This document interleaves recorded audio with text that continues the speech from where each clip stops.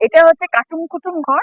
এখানে যে রবীন্দ্রনাথের যে ভাইপো অবন ঠাকুর বিভিন্ন ফেলে দেওয়া কাঠ, ডাল সব জিনিস দিয়ে এক একটা জিনিসের মূর্তি শেপ দিতেন। দেখ, এই যে এটা হচ্ছে কুটুম কাটুম, এই যে লেখা, এই যে খেলনা জিনিসের খেলনা, কুটুম কাটুমকে বলা হয় খেলনা জিনিসের খেলনা। অবনীন্দ্রনাথ ঠাকুর সাধারণ মানুষের কাছে অবন ঠাকুর নামে অধিক পরিচিত ছিল। তিনি সব ওই গাছের গুড়ি, গাছের ডাল সেগুলো দিয়ে এগুলো সব তৈরি করেছেন। দেখ, ওটা একটা জিরাফের মতন হয়ে গেছে, এটা একটা অন্য শেপ নিয়েছে, সেই এটা কুমিরের মতন হয়ে গেছে, বুঝেছিস? এইটাকে বলা হয় কুটুম কাটুম ঘর।